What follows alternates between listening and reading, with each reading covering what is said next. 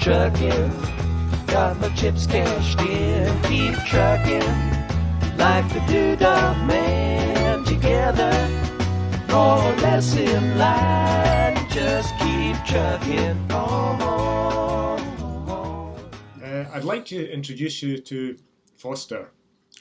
Foster, I met for the first time at the SCI Connections last Thursday, and Foster was talking about his organisation, Shared Adventures. It was a real inspirational night, and I had the privilege to spend some time and meet Foster for the first time.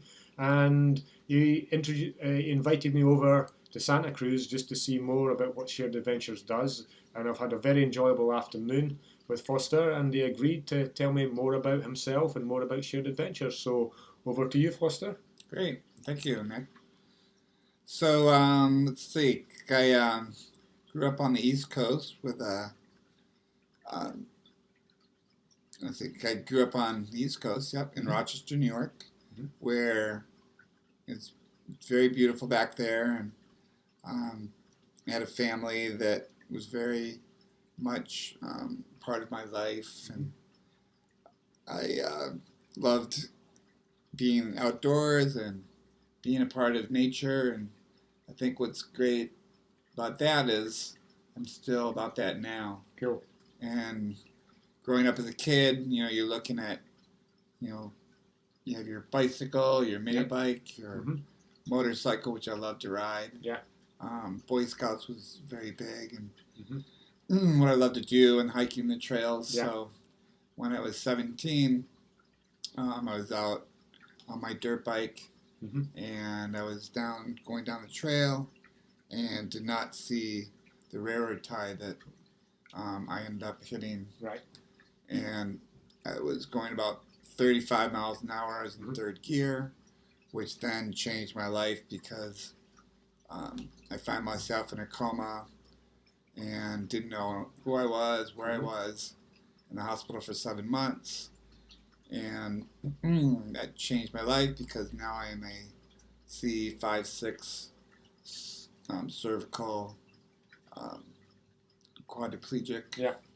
But I still have sensation down in my little pinky toes. Okay. And still very active. I can took see me that. a while I can see to that. acclimate because, being in a coma, I had to learn how to breathe on my own again. I had a respirator hooked up to my throat. Stopped breathing 3 times, and just a whole different reality. Yeah. But I think, going through that experience of being reborn again and smelling the roses of what you can do and what you can't do, that got me to finish school with my class in 1978. Yeah. 79, actually.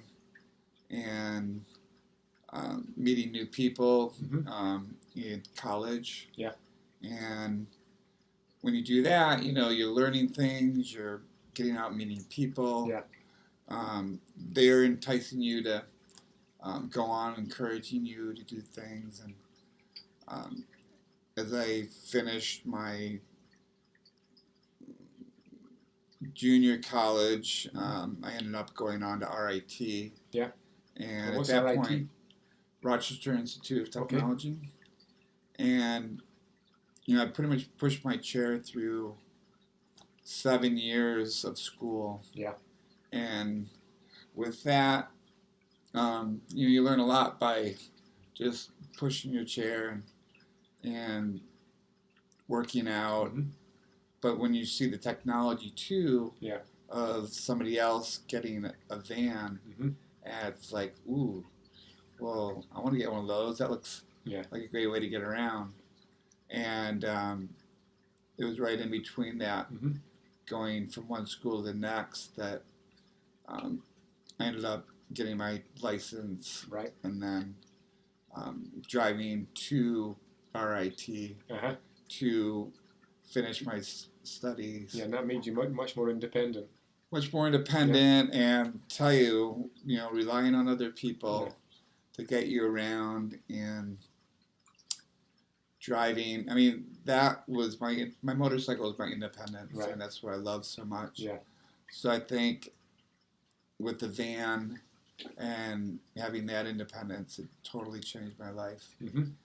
Um, Yeah, Foster just taken me down to Santa Cruz Beach, and he drove me down there. We hung out, and also had a really enjoyable journey along West Cliff Drive on the way back. Beautiful scenery. I had to tell Foster not to keep checking out the women. Well, Pay attention to the road. that's kind of hard to do. You know? Gotta love it though. Oh yeah, the scenery was fantastic. Yeah. So as I was traveling through, my engineering school, and there is one gentleman that was a part of the ropes course there, and he had a big barn that the students would climb it and then rope down, and he was telling me about a sit ski program, Right. skiing sitting down, and wanted to know if I wanted to go skiing. Yeah. And if I ever skied before, and of course I had. Yeah. And well, of course, but I would wanted to do it. And what was great about this was he's like, "We'll do it," and I love that, like, can do, let's do it attitude. And when you can do that and get a sit ski out on the same mountain that I used to ski on before, and actually go down with people that will help you tether. Yeah. That was another life-changing experience. Okay, and that must have been one of the pioneers, because that would be the late 70s, early 80s. That was 1985. Yeah. Okay, so you were So one that of was the the early beginning. guys. And what's interesting about that is, since I'm so tall, Yeah. 6'4", Right. and my nickname was Stork back in New York. York. The only ski that they could fit me in was a cross-country Yeah. ski, which ski meaning a sled, but Yeah. don't call it a sled, it's a sit ski. And it also had these metal runners, so it's easier to push, not easier to push, but easier to go across the snow, but also a lot harder to turn. Yeah. But I had like a roll bar in the back. Yeah. And I took 2 poles and taped them, on either end, and then duct tape my hands, so I don't have any finger movement, to the poles. Yeah. And then go down the slope. Right. Like you're in a kayak. Yeah. And it worked out great. Cool. I mean, it was really nice to ski down the same slopes I used to do before. Yeah. So that was the beginning of Shared Adventures. Yeah, it sounds like back on the East Coast. So maybe tell us about how you came to California and what you first did when you got to California. So graduating from RIT in 1987, I got somebody to come with me, Kathleen, beautiful woman, and she was my co-pilot, and that was both our dreams, was to drive cross country, and ended up seeing the Grateful Dead on this coast in '86. So you drove across in in your van? Right, Yeah. but I flew Okay. to the New Year's show. Yeah. Okay. And then just getting a window seat Uh-huh. and realizing, holy cow, I'm going to be driving across this Right. amazing country. Yeah. How many months later? Yeah. In June. So, leaving where I grew up, I was 26, and my family was, waving me goodbye. Yeah. And I'll never forget leaving and not knowing I'm not going to be coming back until I fly back. Yeah. And just having that independence of the road. It took 10 days to end up in Berkeley. Okay. But we went, Ohio, Indiana, Missouri, Kansas, fantastic trip. Colorado, Yeah. and each state was different and new. Mm-hmm. So we ended up in Berkeley on June 10th, Mm-hmm. 1987, and going across the Golden Gate Bridge, going across the Bay Bridge and dropping my friend off. Yeah. And then ending up in Berkeley and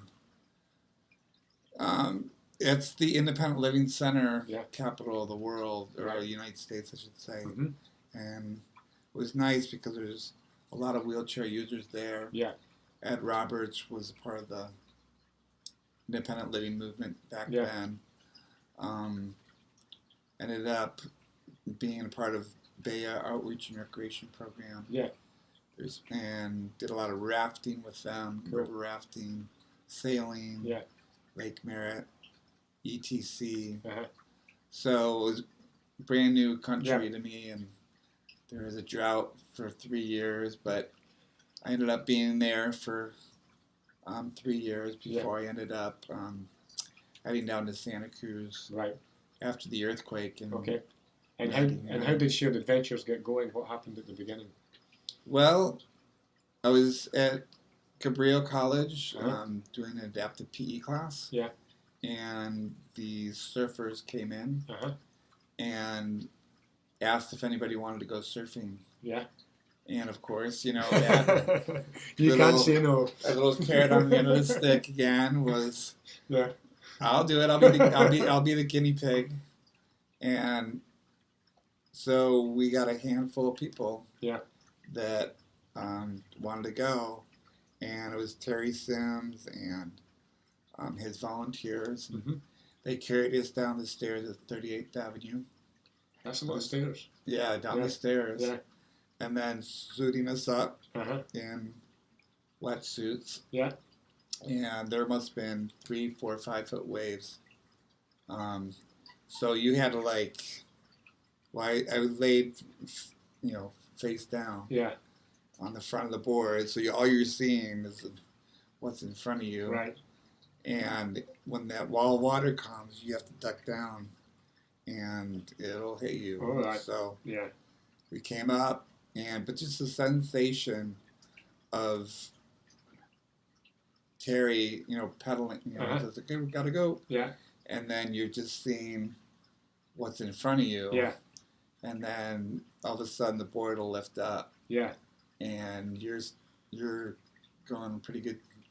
That water is very powerful. Isn't Yeah, it was really neat. You're seeing the land in front of you, Yeah.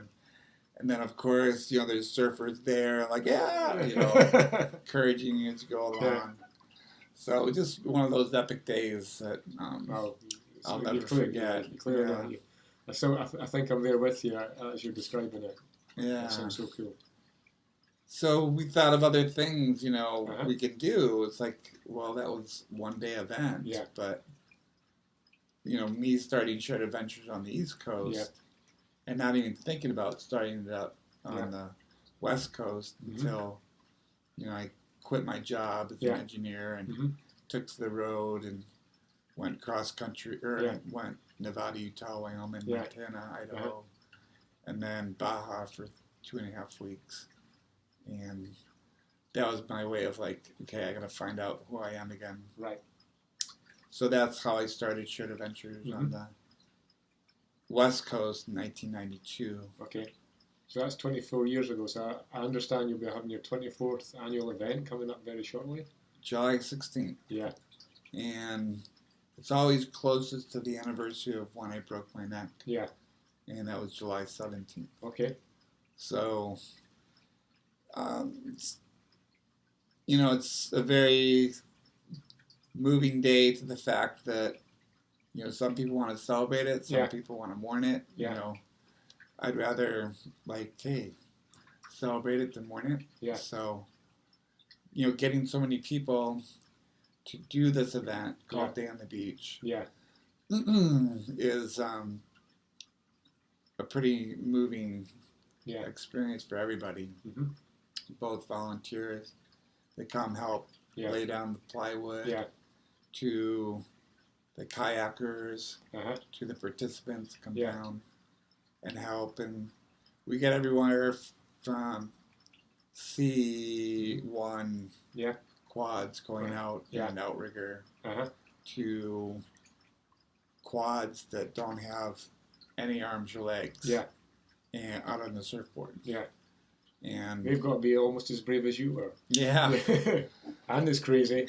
Yeah. Yeah, glad anybody can follow in my footsteps Yeah. because you need to keep it going. And Yeah. you want it to build, and we're only going to have more people that need help Yeah. than not. Yeah. And let's start curing. Well, life's there to be lived, and Foster, you're not only living life for yourself, but you're giving a lot of people the opportunity to continue to live life and enjoy life, because you just your attitude and just your whole persona is really infectious, and the way you interact with people, I've seen it today. It's a pleasure to watch you do that. Thanks. So what's next for Shared Adventures? What are your plans for the next steps of Shared Adventures? Well, we're planning to expand in terms of more beach wheelchairs to rent out to people, to activities that will be accommodating, that will be able to, let's say we lost connection. No, it's going. There. No, it's still going. All right, Yeah. We're going. See the green light? That means we're still live. That's right. Live from New York. But anything that brings people together, that makes them learn something new. Yeah. We really, if you're down and out of it, get out of the house, get active and do something. I think, me going to class, Cabrillo College, and working out, and standing, it makes me feel better, the self-esteem, being active, meeting new people, you never know who you're going to find, and who you might fall in love with, or anybody like that, but I'm a lover of life, and I can see that. And it's nice to have Santa Cruz to live for as long as I want to be here. And you found a good place for yourself, and Santa Cruz has found a good person in you as well too. It's a happy match, I can see. Yeah, it was interesting when I moved here. There was no outdoor recreational programs for people with special needs, so it's like, what a great void to fill.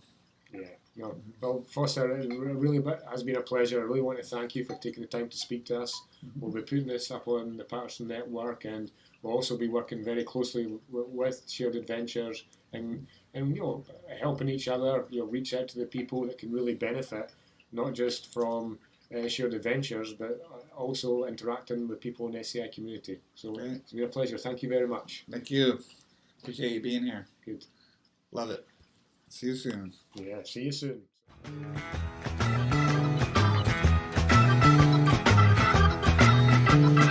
Most of the cats that you meet on the street speak of true love.